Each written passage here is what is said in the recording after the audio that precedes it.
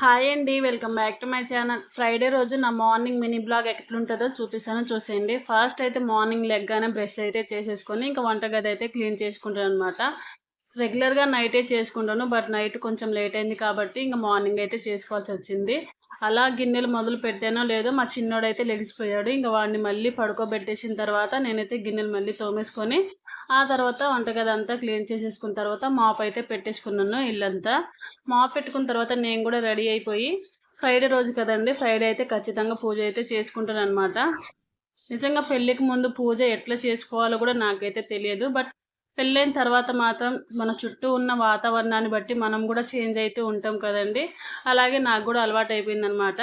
Monday Friday అయితే ఖచ్చితంగా పూజ అయితే చేసేసుకుంటాను. నా పూజ అయ్యేదాకైతే మా పిల్లలు అయితే ఈరోజు అయితే అస్సలు లెగలేదనమాట. ఇంకా పూజ అయిపోయిన తర్వాత మా పెద్దోడు అయితే లెగిసిపోయాడు, ఇంకా చిన్నోడు అయితే పడుకొని ఉన్నాడు. ఫైనల్గా పూజ అయితే కంప్లీట్ అయిపోయింది. వీడియో నచ్చితే